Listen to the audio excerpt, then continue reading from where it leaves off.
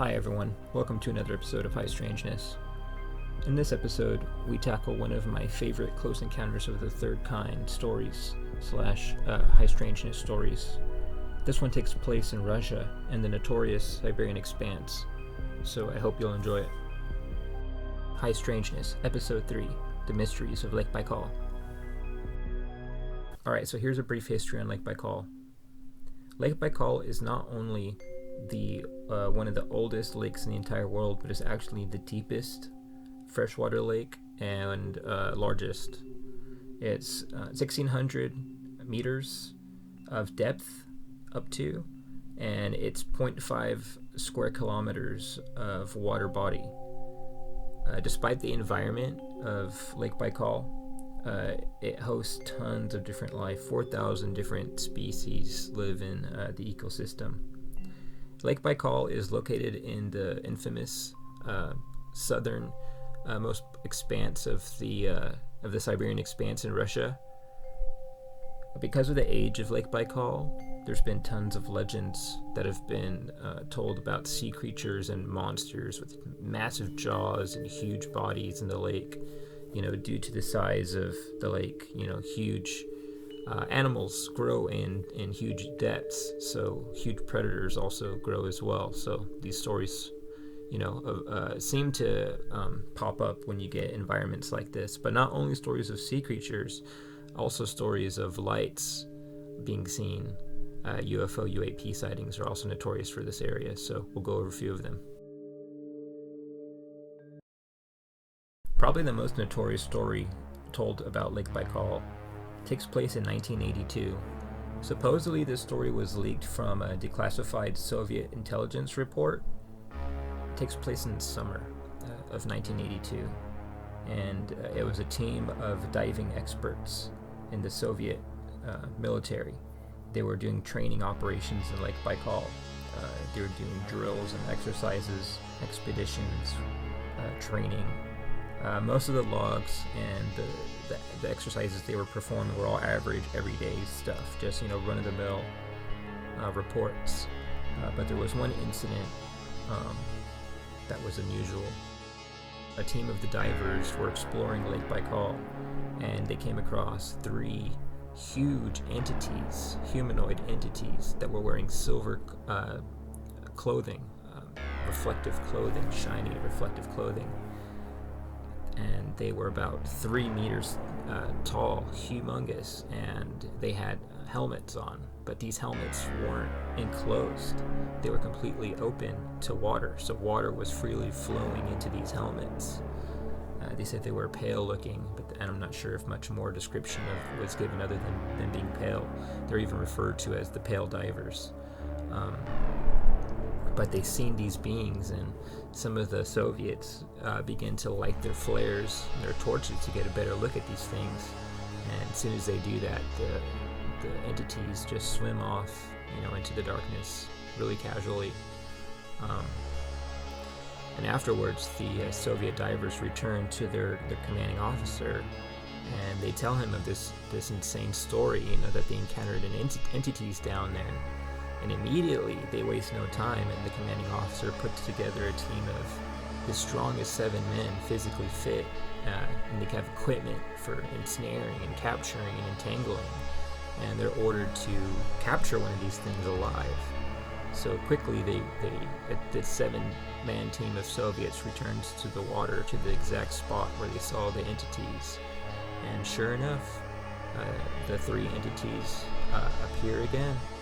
And as soon as one of the Soviets shows ill intention and readies his entangling nets and equipment to try to get one of these guys, one of the 3 silver-clad diver entities reaches into his side, pulls out a metallic device, aims it at the divers, and instantly a whirlpool appears on them and starts throwing them side to side. They're getting flung like rag dolls in the water, until eventually they're upheavaled completely out of the water to the surface, and all 7 of them instantly start suffering from decompression sickness, and they start getting the bends. And out of the 7 divers in that operation, 3 of them died. And from here, there's no more reports on what happened any further. The story pretty much ends there. There's no history or any incident reports afterwards, and it's unknown whether or not Russia continues any operations in Lake Baikal, or there's any more to that. Another fascinating story takes place in 1977 in Lake Baikal. A team of Soviet Academy of Scientists purchased two submersible vehicles from Canada. They were named Pisces 2 and Pisces 7. And they set course for an expedition into Lake Baikal, where 42 dives were logged in a 6-week operation period. Pretty normal stuff, but in one specific dive, Pisces 7 was exploring Lake Baikal when it reported a brilliantly shining yellow light that showered them from the back of the submersible vehicle to the front of it with brilliant yellow shining light that poured into the interior of Pisces 7 as it passed overhead and disappeared into the darkness. Afterwards, Pisces 7's pilots contacted home base and even talked to Pisces 2 and asked them, hey, did you follow us in the dive for some reason? And they said no. Pisces 2 is like, we were still at the surface at the time of your operation. And then they checked reports for other vehicles in the vicinity, if there was any other submersible vehicle that could even reach those depths that was in the area, and there was none. So to this day, that is a unknown report and a mystery. Another story involves a man named Alec Chucklin. He was an experienced diving instructor who was on a boat on the lake with a team of students.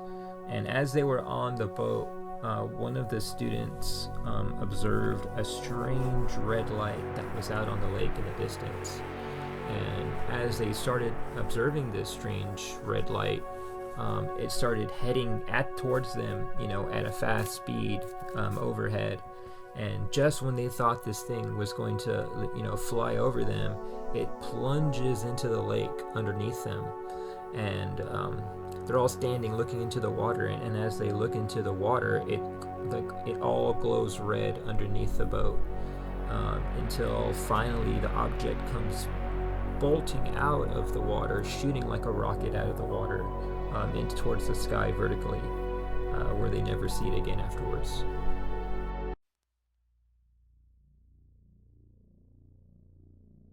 Final story I'm going to go over involves a man who was a local resident of near Lake Baikal. His name was Sergei Niznaiver.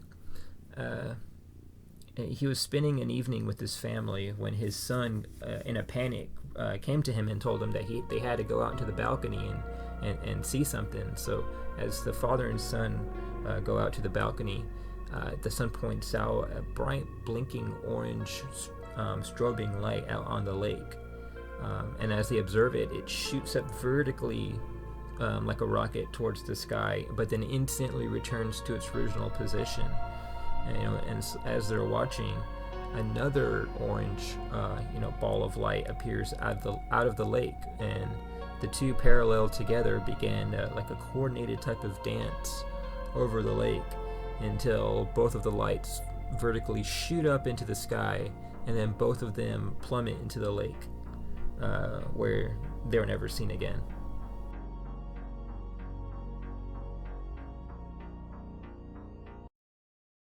This is normally the part of this story where I would try to come up with a scientific explanation as to what's going on, but I simply can't for these stories. They're so beyond belief. They're so fantastical.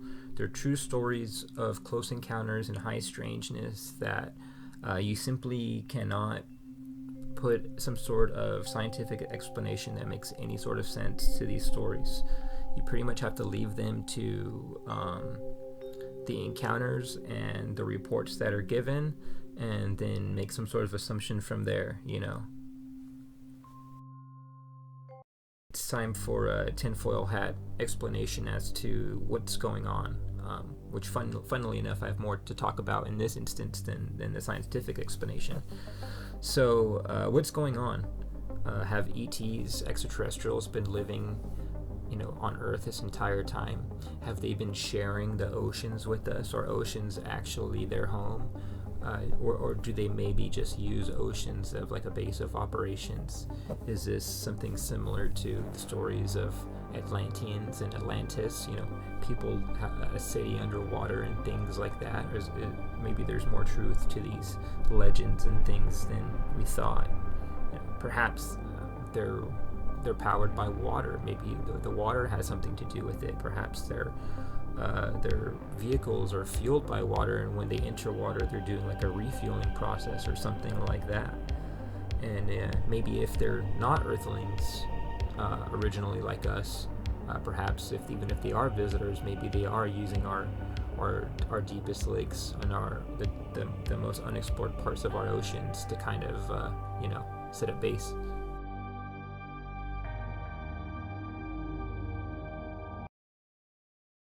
Alright, well that just about does it for another episode of High Strangeness. And I hope you guys have really enjoyed the first 3 episodes, and you kind of got a feel for what's in store for the future, and hope you've all enjoyed what you've heard and seen so far. And if any of you are from Russia, and if you have any stories about Lake Baikal, and I'm sorry if I butchered any of the names in the episode, but if you have any stories that you've heard that I didn't talk about today that you'd like to share, or if you actually have like a first-hand encounter story that you'd like to share, that would be amazing. If go ahead and leave it in the comments below, or go ahead and send me an email at the High Strangeness 777 email at the bottom here, and I'd love to talk about it. And don't forget to like, comment, subscribe. I really do appreciate it. And remember, stay safe, take care, because you never know when you might be caught up in the next case of High Strangeness. Good night.